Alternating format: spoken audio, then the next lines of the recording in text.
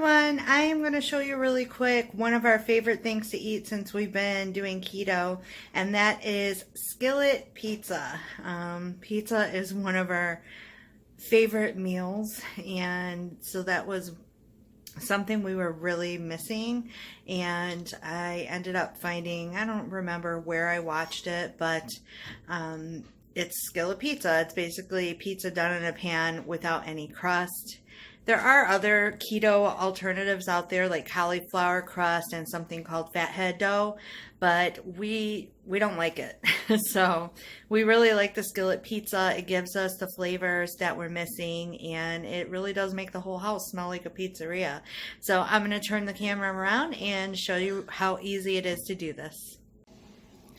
Okay, so the first thing that's really important is to have a really good non-stick skillet, and we are doing a large one today, and it's kind of funny because you can do these small, medium, and large just like you would order a pizza, but I'm going to put the oven or the burner on medium.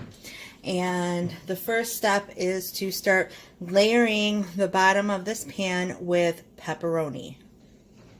And I start layering the pepperoni in as soon as I turn it on. You don't have to wait for it to get warm. And I know it seems a little weird, but what ends up happening is the pepperoni kind of gives a crispy base to the bottom of your pizza. So we don't put any pepperoni on top, since we do have it here on the bottom. But one hand is tricky, you guys. I need to figure out a setup to make it easier to make food videos. So I'm just going to finish doing this and then get on to the next step. Okay, so now that the pepperoni is in the pan, the next thing I'm going to do is just start putting shredded mozzarella. And let me show you guys real quick. We go through a lot of mozzarella. And I don't like buying the pre-shredded because to me it just doesn't melt very well because they use some kind of starch product in there to help keep it separated. And this is much more economical. I go to Gordon Food Service and buy, this is half of the block. I already shredded up half of it.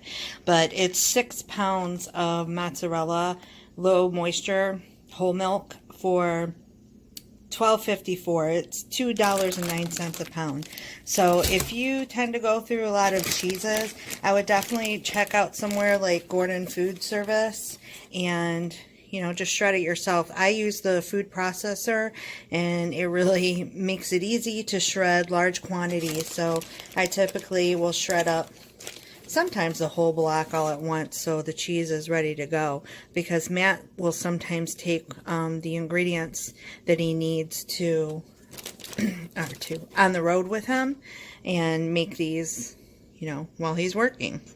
So you just basically want an even layer of the cheese. And what's going to happen is it's just going to start melting, and you'll notice it get kind of melty and bubbly. And at that point, you can start topping this with whatever pizza ingredients you like.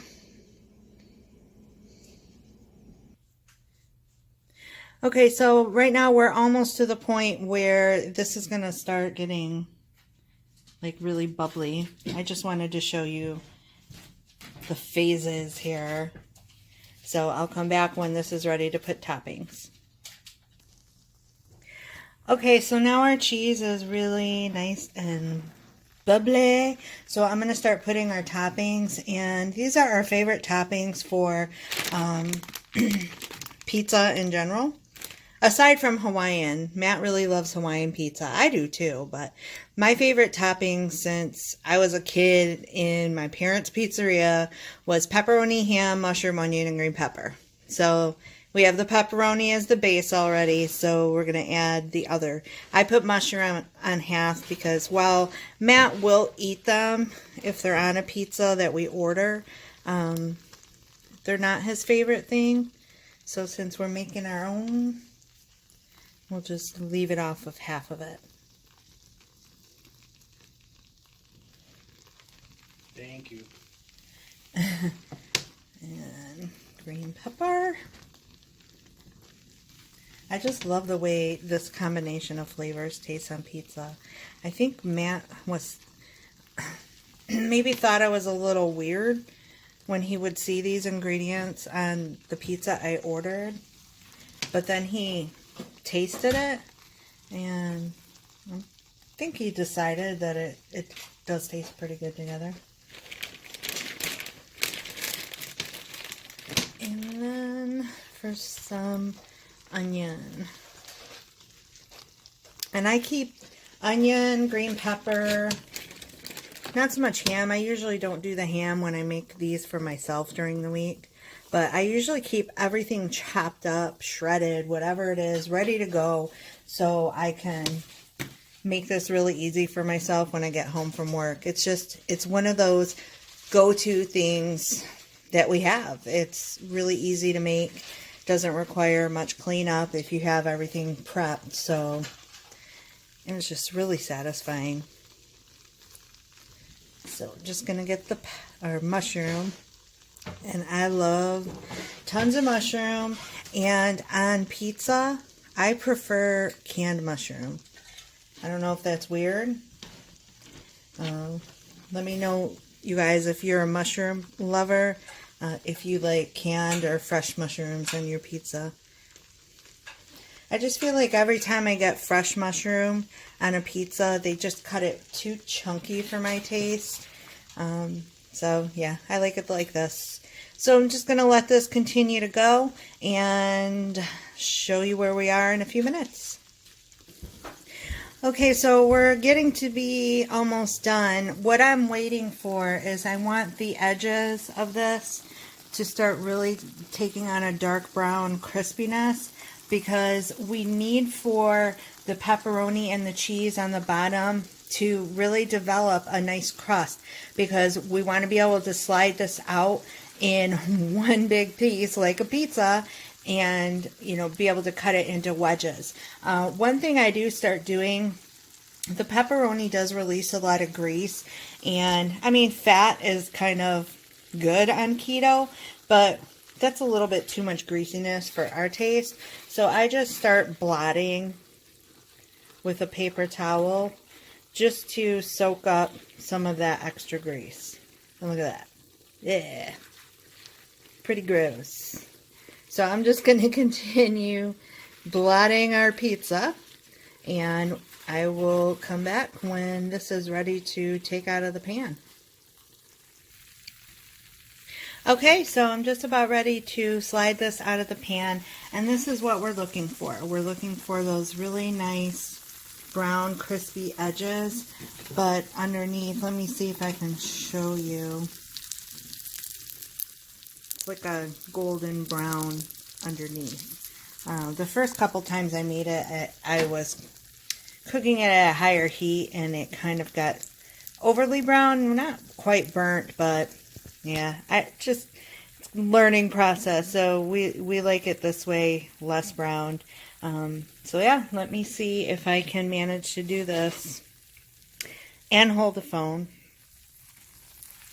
And this is why it's really important to have a really good non-stick skillet. Okay, so yeah, our parchment paper moved a little bit, but yeah, I put parchment paper down on the sheet pan because I just think it helps to even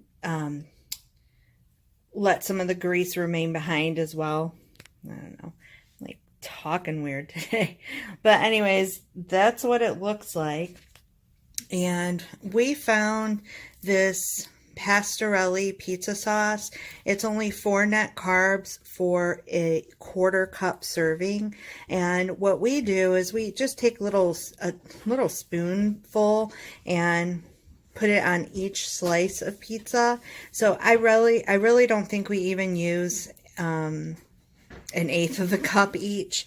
So at the very most, you know, this might be adding 2 carbs to it, but it's really tasty too.